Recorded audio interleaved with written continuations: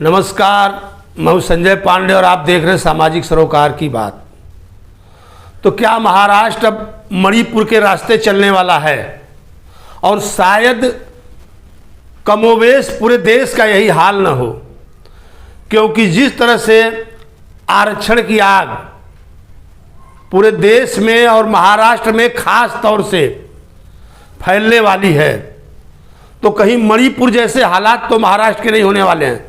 मैं उसका उदाहरण आपको दे रहा हूं।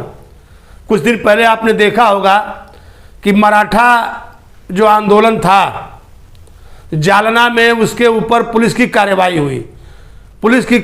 हुई, लाठीचार्ज किया गया, तो सरकार को बैकफुट पर जाना पड़ा और माफ़ी मांगनी पड़ी।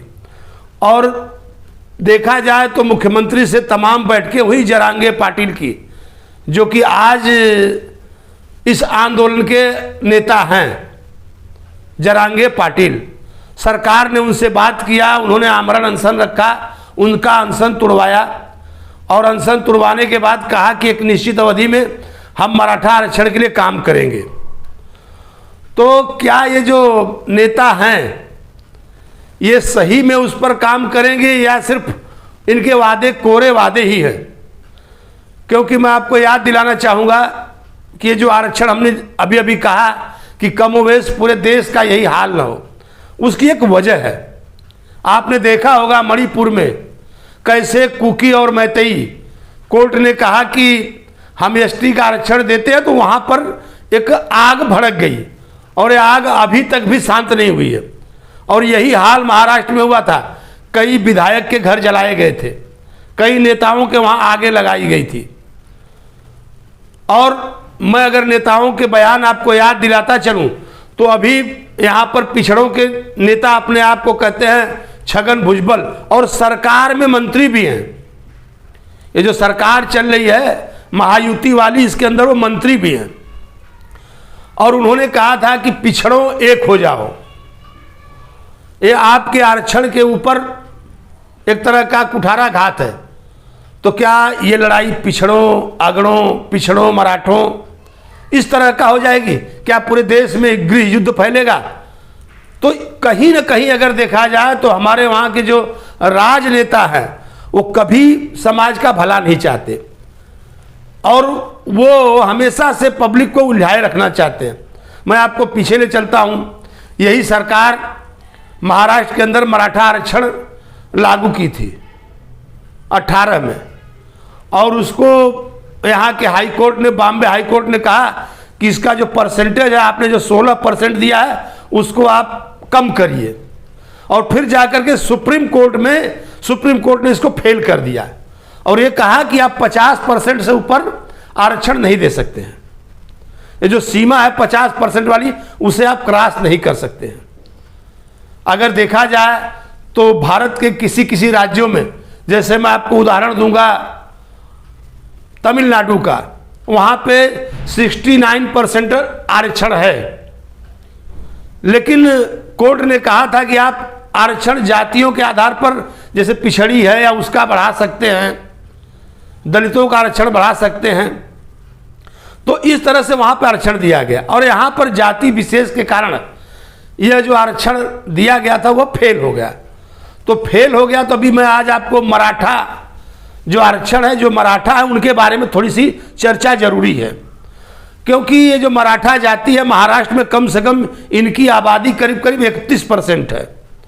और ये मराठा अगर देखा जाए तो कहने के लिए तो कुछ लोग कहते थे कि ये शासक वर्ग है, लेकिन कहीं सही नहीं है।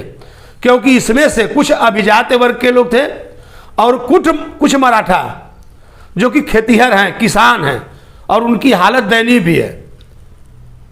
तो मराठा में जितने भी मराठा हैं, इसमें से कुछ अपने आप को, इनके जो पूर्वज थे कुणबी मराठा या कुछ मराठा कुणबी, इस तरह के उनके पास प्रमाण पत्र हैं।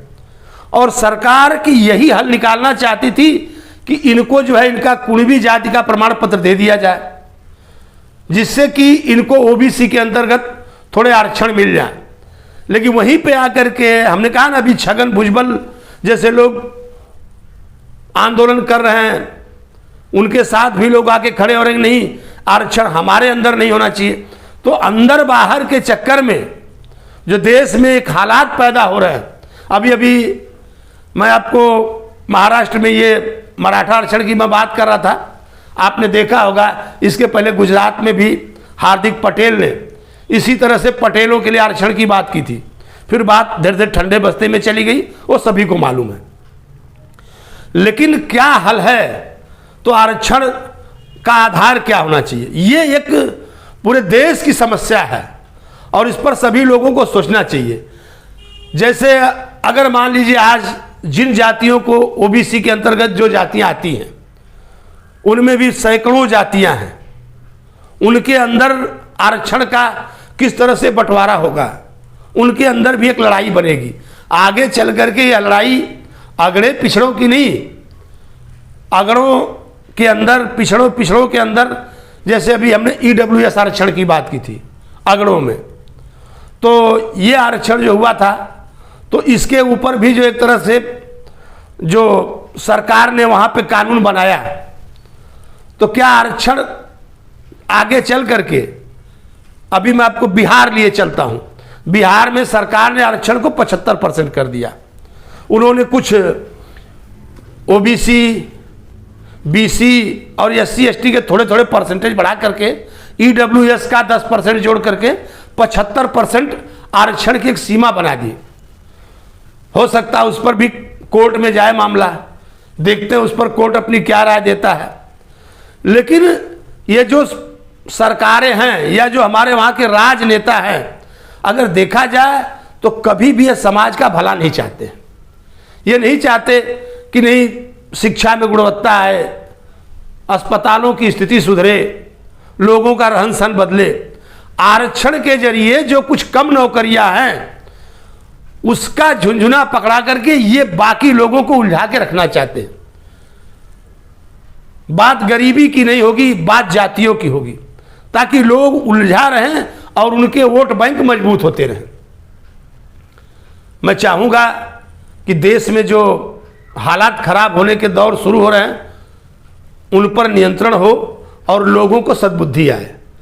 अब ये लड़ाई अगड़ों पिछड़ों दलितों, पिछड़ों अति पिछड़ों की न हो जाए। और ये जो आरक्षण के तमाम मुद्दे हैं, तमाम विषय हैं, हमने आपको बताया किस तरह से कहाँ पर कितना % दिया गया, कैसे लागू हुआ। फिर मैं इन सारी बातों पर आगे बात करूंगा, लेकिन मैं चाहूँगा कि महाराष्ट्र में फिर से जो आंदोलन एक दूसरे के खिलाफ होने वाले हैं ये ना हो तो अच्छा है, ताकि समाज में जो कटुता है वो ना बनिए। फिर मैं आपसे मिलूंगा, तब तक के लिए धन्यवाद।